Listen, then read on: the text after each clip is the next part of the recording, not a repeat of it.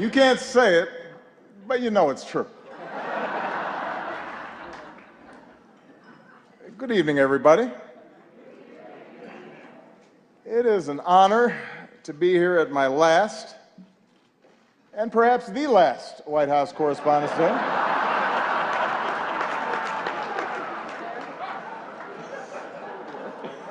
You all look great. The end of the Republic has never looked better.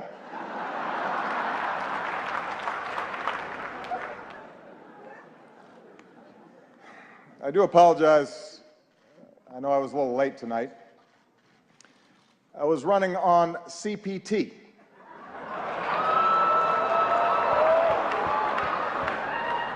Which stands for jokes that white people should not make.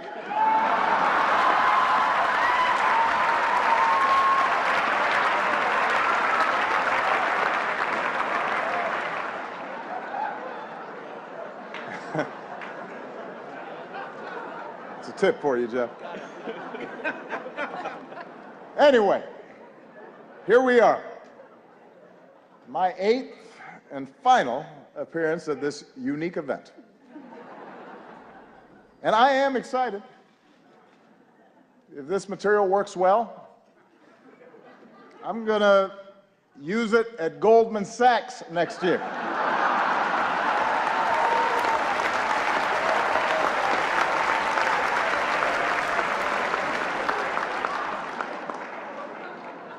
Earn me some serious Tubmans.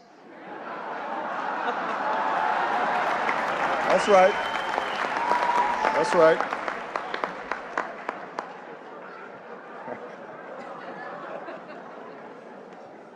My brilliant and beautiful wife, Michelle, is here tonight.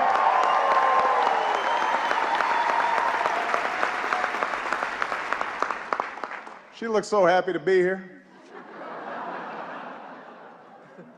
That's called practice. It's like learning to do 3-minute planks. She makes it look easy now, but next year at this time, someone else will be standing here in this very spot, and it's anyone's guess who she will be. But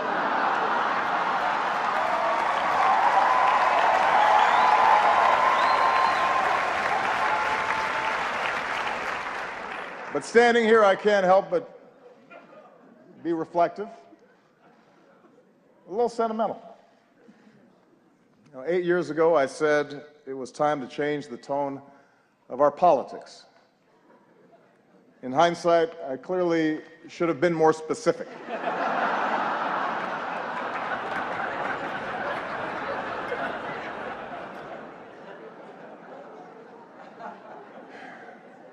Eight years ago, I was a young man, full of idealism and vigor. And look at me now. I am gray, grizzled, just counting down the days till my death panel.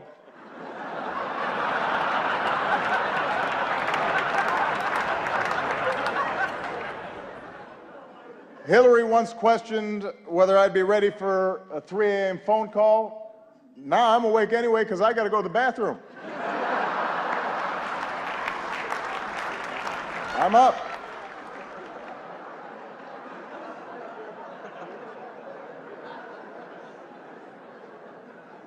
In fact, somebody recently said to me, Mr. President, you are so yesterday.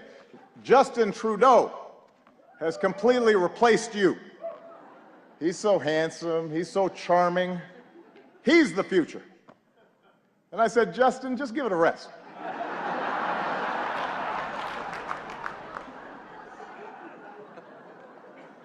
I resented that. Meanwhile, Michelle has not aged a day.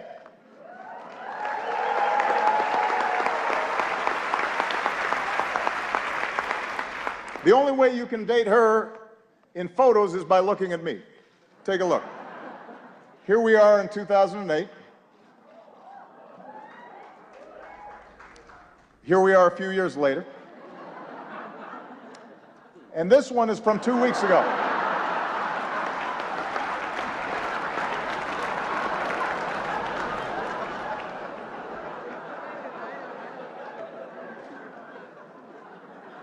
So time passes. In just 6 short months, I will be officially a lame duck, which means Congress now will flat out reject my authority, and Republican leaders won't take my phone calls. And this is going to take some getting used to. It's really going to, it's a curveball. I don't know what to do with it.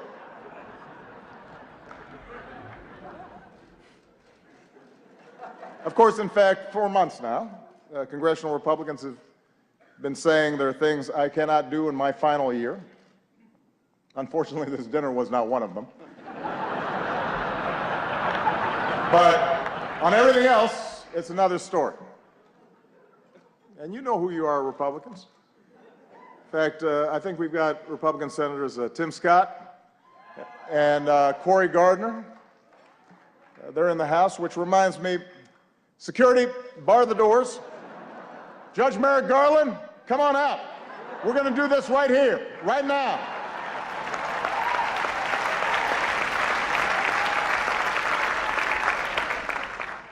It's like the Red Wedding.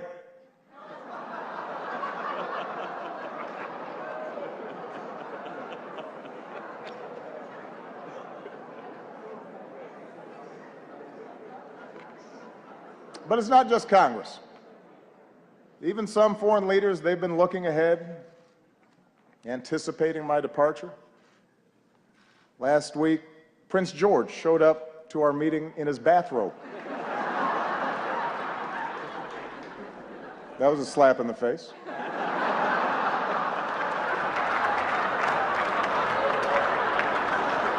A clear breach of protocol. Although while in England, I did have lunch with Her Majesty the Queen, took in a performance of Shakespeare, hit the links with David Cameron, just in case anybody is still debating whether I'm black enough. I think that settles the debate.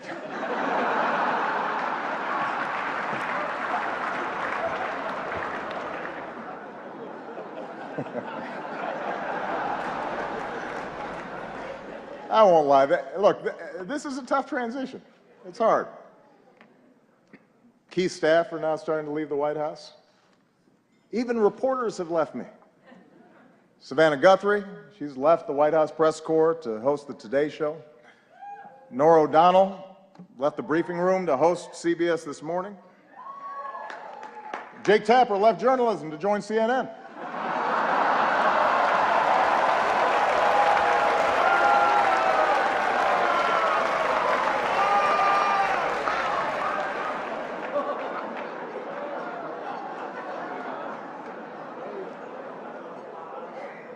But the prospect of leaving the White House is a mixed bag.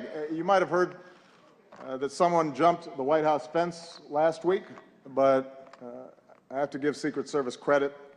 They found Michelle, brought her back. She's safe. She's safe back at home now.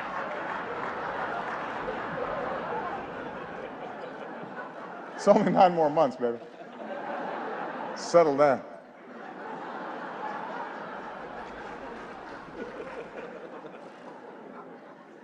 And yet somehow, despite all this, despite the churn, in my final year, my approval ratings keep going up.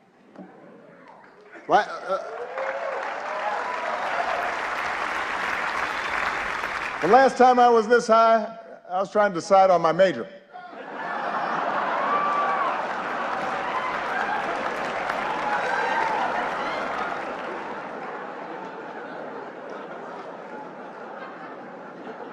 And here's the thing, I haven't really done anything differently. So it's odd.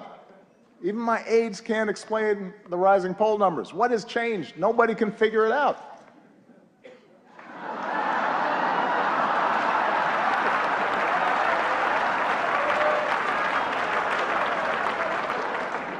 Puzzling. Anyway, in this last year, I do have more appreciation for those who've been with me on this amazing ride. Like one of our finest public servants, Joe Biden. God bless him. Love that guy. I love Joe Biden. I really do. And I want to thank him for his friendship, for his counsel, for always giving it to me straight, for not shooting anybody in the face. Thank you, Joe.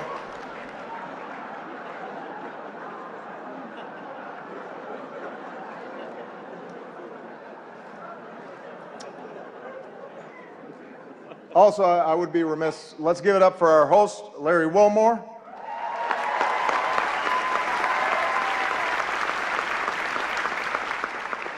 Also known as one of the two black guys who's not Jon Stewart. You're the South African guy, right? Oh. I love Larry. And his parents are here, who are from Evanston, which is a great town. I also would like to acknowledge some of the award-winning reporters that we have with us here tonight. Rachel McAdams, Mark Ruffalo, Leah Schreiber. Thank you all for everything that you've done. I'm just joking. As you know, Spotlight is a film, a movie, about investigative journalists with the resources and the autonomy to chase down the truth and hold the powerful accountable. Best fantasy film since Star Wars. Look, that was maybe a cheap shot. I understand the news business is tough these days. It keeps changing all the time. Every year at this dinner, somebody makes a joke about BuzzFeed, for example, changing the media landscape.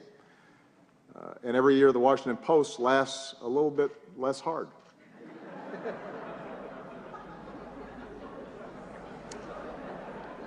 It's kind of a silence there, especially at the Washington Post table. GOP Chairman Reince Priebus is here as well. Glad to see that you feel that you've earned a night off. Congratulations on all your success. The Republican Party, the nomination process, it's all going great. Keep it up.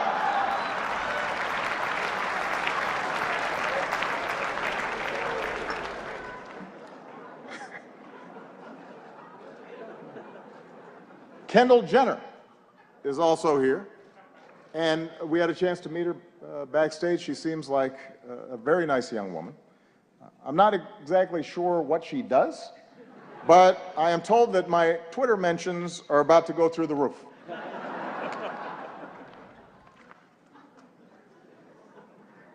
Helen Mirren is here tonight.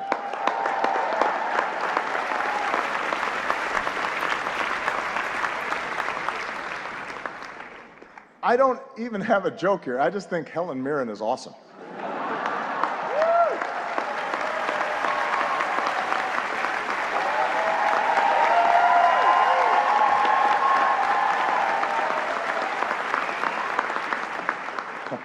She's awesome. Sitting at the same table, I see Mike Bloomberg.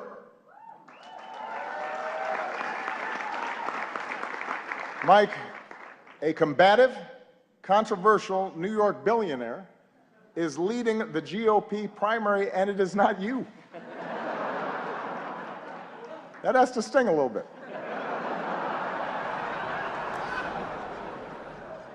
Although it's not an entirely fair comparison between you and the Donald. After all, Mike was a big city mayor.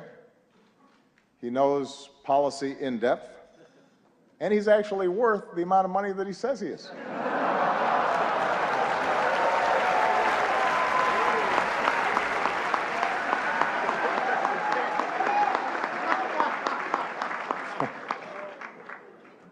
What an election season. For example, we've got the bright new face of the Democratic Party here tonight, Mr. Bernie Sanders. There he is.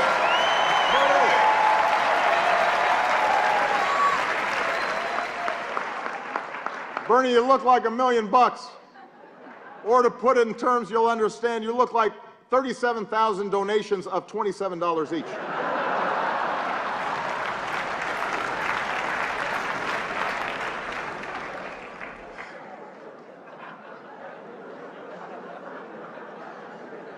A lot of folks have been surprised by the Bernie phenomenon, especially his appeal to young people, but not me. I get it. Just recently, a young person came up to me and said she was sick of politicians standing in the way of her dreams. As if we were actually going to let Malia go to Burning Man this year. Was not going to happen. Bernie might have let her go, not us.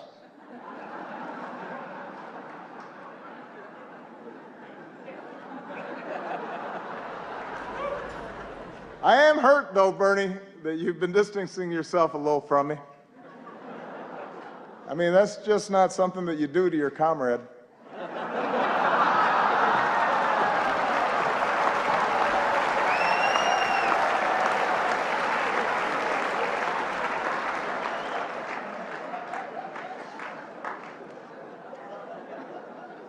Bernie's slogan has helped his campaign catch fire among young people. Feel the burn. Feel the burn. It's a good slogan. Hillary's slogan has not had the same effect. Let's see this.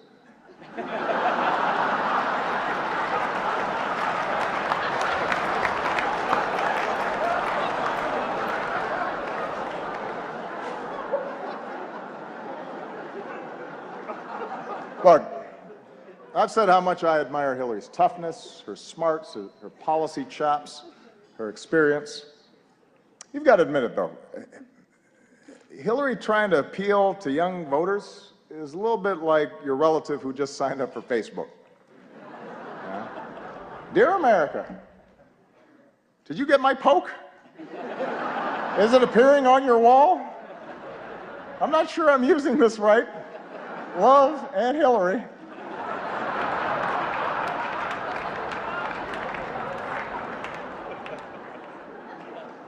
It's not entirely persuasive. Meanwhile, on the Republican side, things are a little more, how shall we say this, a little more loose. Just look at the confusion over the invitations to tonight's dinner. Guests were asked to check whether they wanted steak or fish, but instead, a whole bunch of you wrote in Paul Ryan.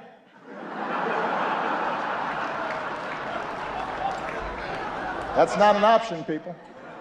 Steak or fish.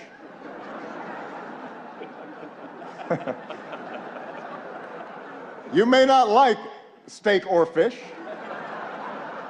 but that's your choice.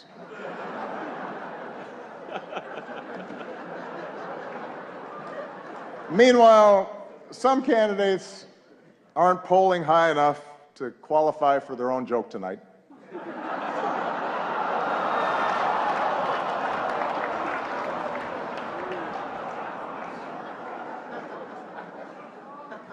The rules were well established ahead of time.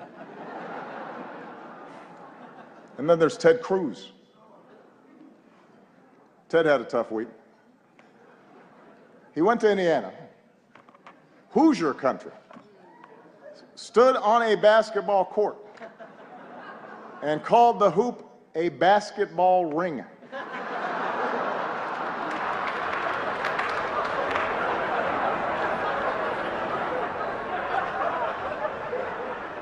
What else is in his lexicon? Baseball sticks, football hats. But sure, I'm the foreign one. That's fine.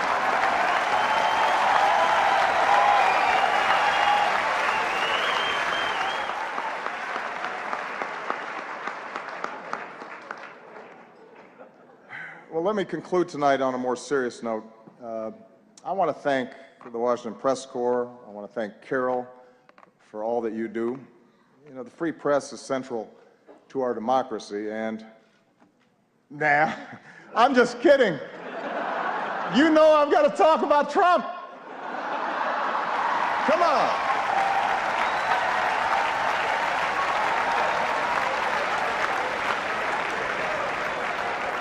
weren't just going to stop there. Come on.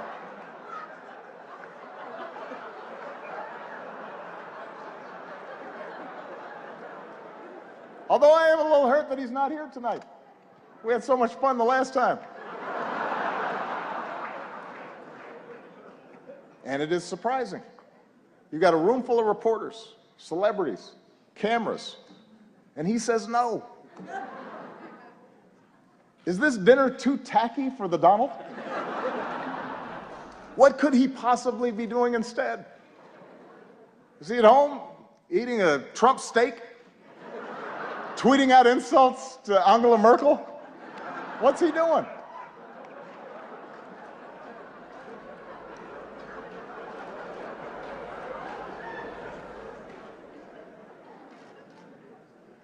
The Republican establishment is incredulous that he's their most likely nominee. Incredulous, shocking. They say Donald lacks the foreign policy experience to be president. But in fairness, he has spent years meeting with leaders from around the world. Miss Sweden, Miss Argentina, Miss Azerbaijan.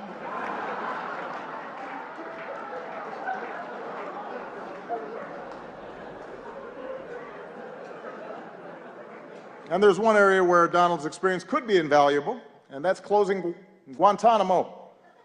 Because Trump knows a thing or two about running waterfront properties into the ground.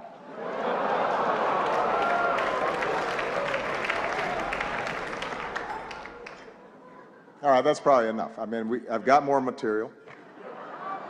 No. I don't want to spend too much time on the Donald. Following your lead, I want to show some restraint. Because I think we can all agree that from the start, he's gotten the appropriate amount of coverage, befitting the seriousness of his candidacy.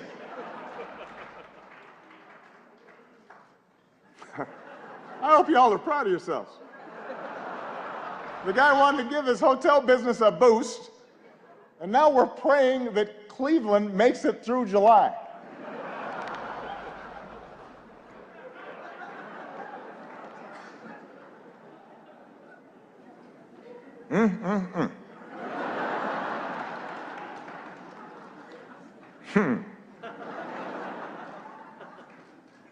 As for me and Michelle, we've decided to stay in D.C. for a couple more years. Thank you. This way, our youngest daughter can finish up high school. Michelle can stay closer to her plot of carrots. She's already making plans to see them every day. Take a look.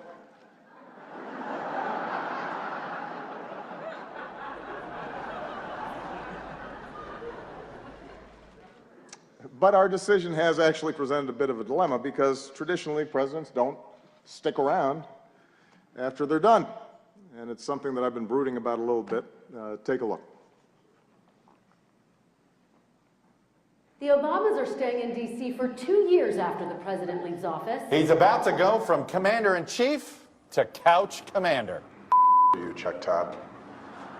What am I going to do in D.C. for 2 years? You've got a real dilemma, Mr. President. I can't go every day, can I? Which you like better, these or these? Joe, they're the same. They capture different moods.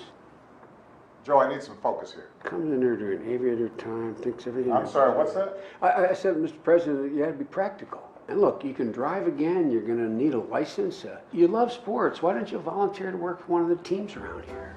Is this the Washington Wizards? I understand you're looking for some coaching help. Let's just say I coached my daughter's team a few times. Hello? Hello?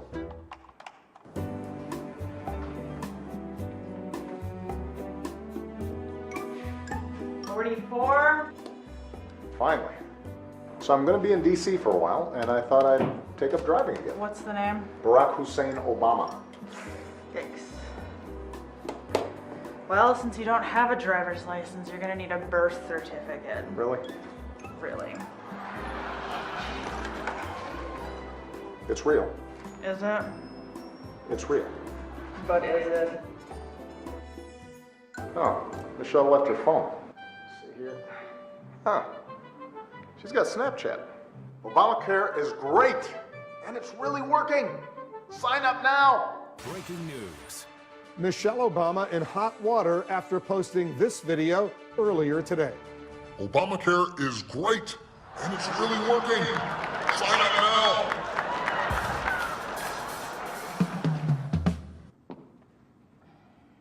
No? No. Did it get a lot of views at least? Honey, enough. Why don't you just talk to somebody who's been through this? I gotta go to Soul Cycle. She's right. I know who I need to talk to. Hey, it's Barack. Listen, can we get together? Now that is a great move. Yeah, it's good for me. It's good for me.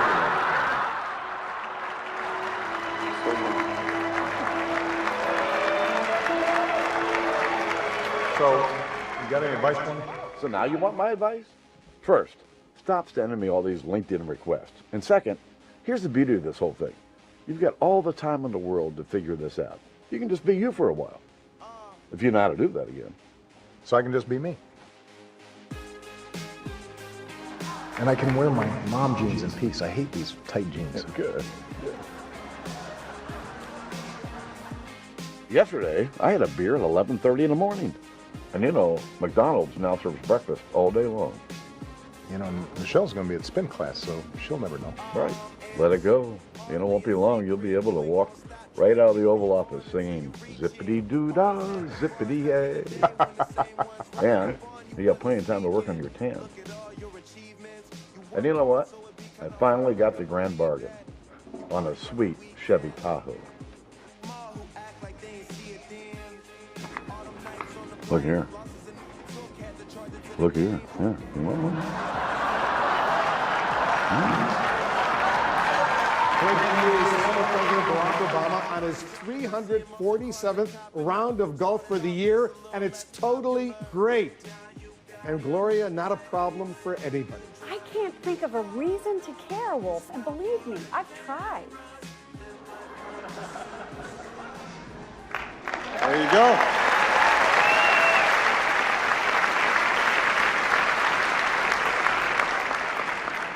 I am still waiting for all of you to respond to my invitation to connect to LinkedIn.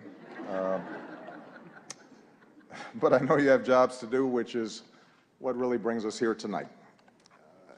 I know that there are times that we've had differences, and that's inherent in our institutional roles. It's true of every president and his press corps.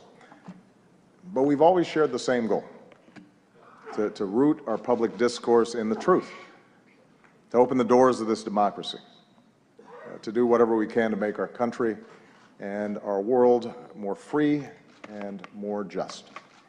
And I've always appreciated the role that you have all played as equal partners in reaching these goals.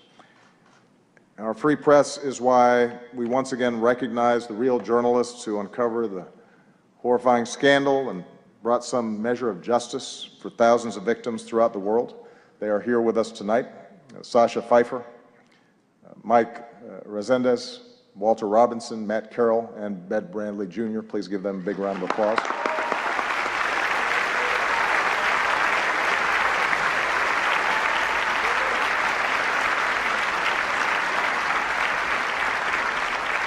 Our free press is why, once again, we honor Jason Rezaian.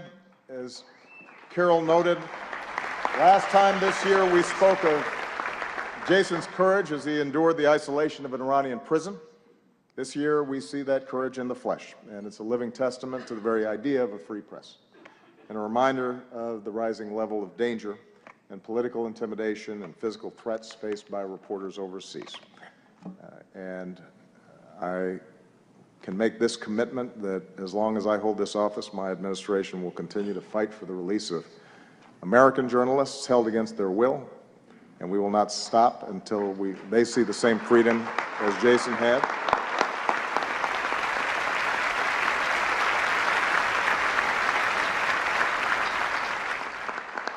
At home and abroad, journalists, like all of you, engage in the dogged pursuit of informing citizens and holding leaders accountable and making our government of the people possible. And it's an enormous responsibility. And I realize it's an enormous challenge at a time when the economics of the business sometimes incentivize speed over depth, and when controversy and conflict are what most immediately attract readers and viewers. The good news is there's so many of you that are pushing against those trends. And as a citizen of this great democracy, I am grateful for that. For this is also a time around the world when some of the fundamental ideals of liberal democracies are under attack, and when notions of objectivity and of a free press and of facts and of evidence are trying to be undermined, or in some cases ignored entirely.